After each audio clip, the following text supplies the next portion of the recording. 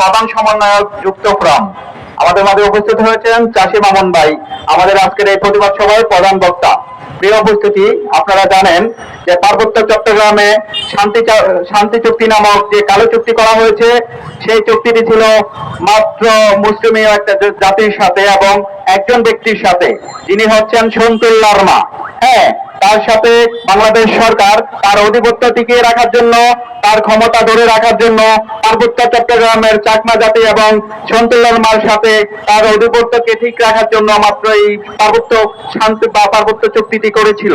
তারই সেই চুক্তি এবং প্রেসিডেন্টের চুক্তি, আমাদের যে এক কেন্দ্রিক চুক্তিটি ছিল, পার্বত্য চট্টগ্রামে যদিও 13 অধিক জাতিগোষ্ঠী রয়েছে, তাদের সাথে সমন্বয় না করে সেখানে হচ্ছে পার্বত্য চুক্তিটি করা হয়। শুধু তাই নয়, পার্বত্য চুক্তিতে বলা হয়েছে পার্বত্য চট্টগ্রামে উপজাতি এবং উপজাতি বাস করে, যা খুবই দুঃখজনক। কারণ আমরা জানি বাংলাদেশে বাঙালি বাস করে, আমরা যারা রয়েছি সবাই বাঙালি। আর পার্বত্য চট্টগ্রামে যারা রয়েছে তাদের আরো যে 13টি গোষ্ঠী রয়েছে উপজাতি বা ক্ষুদ্র নৃগোষ্ঠী, কিন্তু সেই বাঙালিকে তারা ওখানে উল্লেখ করা হয়েছে যে উপজাতি হিসেবে, যেটা সংবিধানের সাথে সম্পূর্ণ অসাংগঠিক। এই পর্যায়ে আমাদের মাঝে বক্তব্য রাখবেন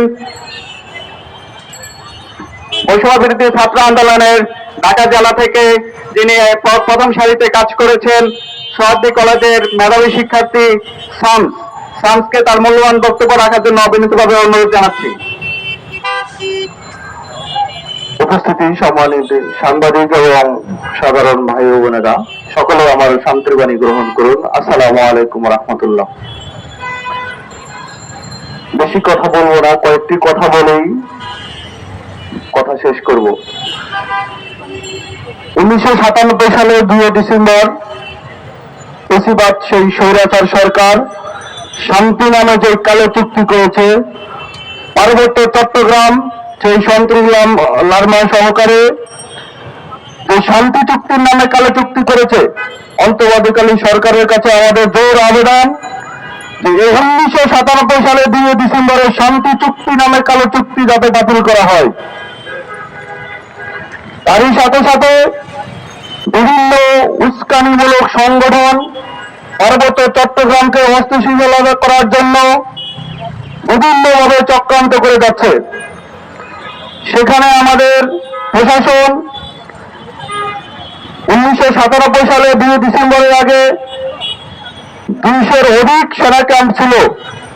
সেই কালো চুক্তি নামে চুক্তি করার পর আমাদের সেই পার্বত্য চট্টগ্রাম 3 জেলা থেকে সেই সেনা ক্যাম্পগুলো তুলে নেওয়া হয়েছে। আমরা অন্তর্বর্তীকালীন সরকারের কাছে আমরা আবেদন করছি যে সেনা ক্যাম্পগুলো তুলে নেওয়া হয়েছে, সেই সেনা ক্যাম্পগুলো অনতিবিলম্বে স্থাপন করা হোক। যদি সেটা না করা হয় তাহলে সেই 24-এ শেখ হাসিনাকে যেভাবে ছাত্র জনতা প্রতিহত করেছে, পার্বত্য চট্টগ্রামের জন্য যদি আমাদের যদি মাঠে নামতে হয়, আমরা 64 জেলার ছাত্র জনতা নিয়ে ভার্সিটি থেকে শুরু করে শিক্ষা প্রতিষ্ঠান, তৃণমূল থেকে শুরু করে আমরা আন্দোলন গড়ে তুলব। আমরা চাই তারা আদিবাসী কিভাবে দাবি করে, আদিবাসী বলে কোনো শব্দ নাই। যখন জিয়াউর রহমান ছিল তখন থেকে, শেখ মুজিবুর রহমান থেকে কখনোই আদিবাসী হয়নি, তারা উপজাতি হিসাবে আমাদের বিবেচিত হয়েছে। আমাদের সংবিধানও তারা উপজাতি হিসাবে আছে, তাহলে তারা আদিবাসী হিসাবে কিভাবে দাবি করে? এটা একটা হাস্যকর বিষয়। তারা এটা বলতে পারে আমাদের ডক্টর ইউনূস বলেছে যে আমরা মানুষ হিসাবে আমাদের এই আইন দরকার, এটা আমার প্রয়োজন, এটা আমার প্রয়োজন। এছাড়া যদি তারা বিভিন্ন অশৃঙ্খলা সৃষ্টি করে তাহলে আমরা বাঙালিরা এটা কখনো মেনে নিব না। এটা উচিত ডাক বাংলা জবাব দেওয়া হবে। আমরা চাই আমাদের আমরা মানুষ হিসাবে, প্রত্যেকটা মানুষ হিসাবে আমাদের আইন যা আছে তাই আমরা বাস্তবায়ন করতে চাই। এরপরে যদি স্বৈরাচার শেখ হাসিনা যেভাবে বিভিন্ন জায়গায় আধিপত্য সৃষ্টি করতে চেয়েছে, সেভাবে যদি ভবিষ্যতে যদি তারা বিভিন্নভাবে তাহলে এই বাঙালি কিন্তু স্বৈরাচার শেখ হাসিনাকে যেভাবে হটিয়েছে, পার্বত্য চট্টগ্রামের যে সমস্ত কুচক্র মহল এখনো বসে কাজ করছে, বিভিন্ন গবেষক কাজ করছে, জাফর ইকবালের মতন এবং মজা কামালের মতন পুরন্দর শিক্ষকের মতন যারা